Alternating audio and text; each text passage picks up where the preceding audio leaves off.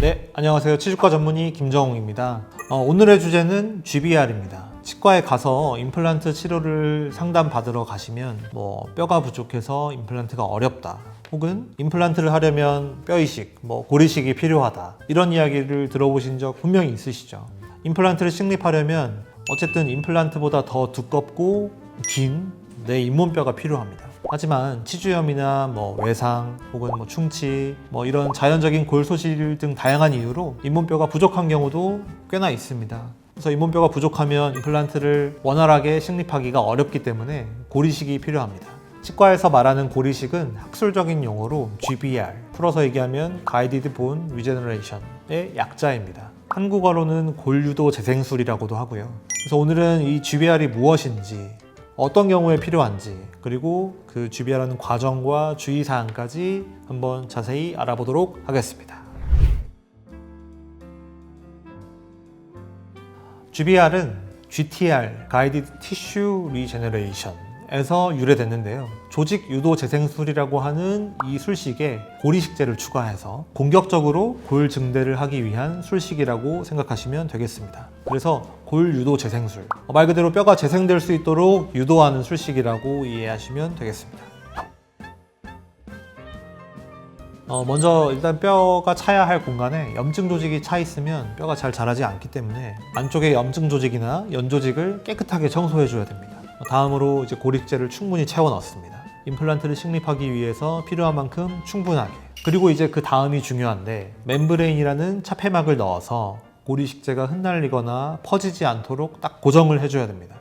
이 멤브레인이 굉장히 핵심적인 역할을 하는데요. 뼈가 재생되는 속도보다 연조직, 잇몸이 차오르는 속도가 훨씬 더 빠르거든요. 뼈가 충분히 더 자랄 수 있도록 차폐막을 사용해서 좀 시간을 벌어줄 필요가 있습니다. 경우에 따라서 차폐막을 위에 핀을 박아서 고정을 한다든지 실로 묶어서 고정하기도 합니다. 이렇게 차폐막까지 딱 고정을 이제 마무리했다면 잇몸을 마지막으로 잘 봉합을 해줘야 되는데요. 이게 간단히 꿰매는 경우도 있지만 잇몸뼈가 많이 필요한 경우에는 잇몸을 많이 늘려야 되고, 이 과정 또한 중요한 작업이라고 볼 수 있습니다. 정리하면 첫 번째는 안쪽을 깨끗하게 청소하고, 두 번째는 고리식제를 채워 넣고, 세 번째는 멤브레인, 차폐막이라고 하는 것으로 고리식제를 덮어주고 고정시켜주고, 네 번째로 잇몸을 잘 봉합해서 고리식제를 잘 덮어주면 마무리됩니다. 이게 말로만 들으시면 좀 많이 어려울 수 있죠. 제가 좀 설명을 너무 복잡하게 했나 싶은데, 간단히 말해서 해변에 모래를 열심히 쌓았는데 그 모래 쌓은 거 위에 랩이나 이런 걸로 단단하게 덮어서 파도가 와도 이게 무너지지 않도록 좀 보호한다 라고 생각하시면 되겠습니다. 그래서 모래는 고리식제고 랩 같은 걸 덮었다라고 하면 이게 차폐막이라고 이해해 주시면 되겠습니다. 여러 가지 종류의 고리식제가 있습니다. 첫 번째로는 자가골인데요. 본인의 뼈에서 일부를 채취해서 이식하는 경우입니다. 이럴 경우에는 골 형성 능력이 가장 우수하지만 수술 부위 외에 다른 부위를 추가로 마취하고 잇몸을 절개해서 뼈를 채취해야 한다는 좀 그런 번거로움이 단점입니다. 두 번째로는 동종골인데요. 사람의 사체에서 채취한 뼈를 멸균 건조해서 사용하는 경우입니다. 자가골을 채취하는 그 힘든 과정을 생략할 수 있다는 장점이 있고, 골 유도 능력이 있어서 골 형성에 조금 더 유리합니다. 하지만 자가골이나 동종골은 상대적으로 흡수 속도가 조금 빨라서 골 증대를 충분히 많이 해야 되는 경우에는 조금 효과가 떨어질 수도 있다는 단점이 있습니다. 세 번째로는 이종골인데요. 말 그대로 이제 다른 종의 골인데, 사람 뼈가 아닌 소, 돼지, 말 등의 여러 가지 동물에서 뼈를 채취해서 이제 그걸 가공해서 사용하는 경우입니다. 일단 자가골을 채취하지 않아도 된다는 장점이 있고, 흡수가 천천히 되기 때문에 그 뼈이식 볼륨 유지에도 유리합니다. 하지만 동종골이나 자가골처럼 골 유도 기능이 아주 뛰어나지는 않습니다. 네 번째는 합성골입니다. 하이드록시 아파타이트라고 하는 것과 베타TCP를 주성분으로 한 인공골 이식제인데, 아무래도 상대적으로 가격이 저렴하고 좀 천천히 녹기 때문에 볼륨 유지가 잘 된다는 장점이 있습니다. 근데 이제 흡수 속도가 느리고 이게 골 형성이 원활하지 않기 때문에 또 장단점이 있습니다.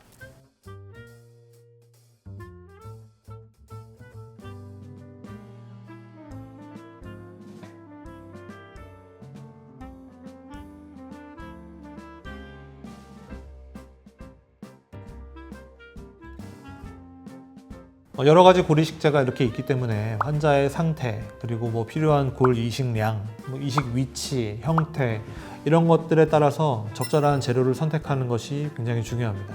치과 의사가 이제 환자의 상태와 치료 계획을 면밀히 고려해서 가장 적합한 고리식재를 선택해서 진행을 하게 되는 게 일반적이라고 보시면 되겠습니다. 맞습니다.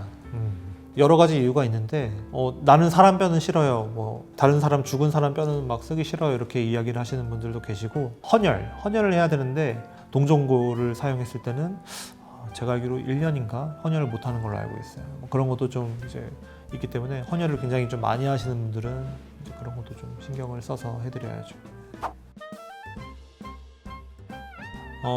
뼈이식 비용이 꽤 많이 비싸죠. 일단 이게 비급여 진료이기 때문에 병원마다 다 가격이 다릅니다. 그래서 여러분께서 뭐 치과에서 고리식 비용을 들으셨을 때 만약에 비싸서 놀라셨다면 이 술식에 사용되는 재료가 모두 좀 고가입니다. 치과마다 어떤 고리식재를 쓰는지, 그리고 어떤 멤브레인을 쓰는지에 따라서도 가격이 많이 달라질 수 있습니다. 굉장히 세밀한 과정이 필요한 술식이기 때문에 그래서 이제 조금 이제 비용이 많이 발생하게 되는 거고요. 또한 치과의사의 경험도 굉장히 중요한 요소고, 뿐만 아니라 이제 얼마나 많은 양의 뼈를 만들어야 하는지에 따라서도 당연히 가격이 달라지는데요. 뼈를 만약에 많이 만들어야 되면은 그만큼 재료비도 증가하기 때문에, 그리고 또 과정도 굉장히 어려워지고 하기 때문에 비용이 좀 상승하게 됩니다.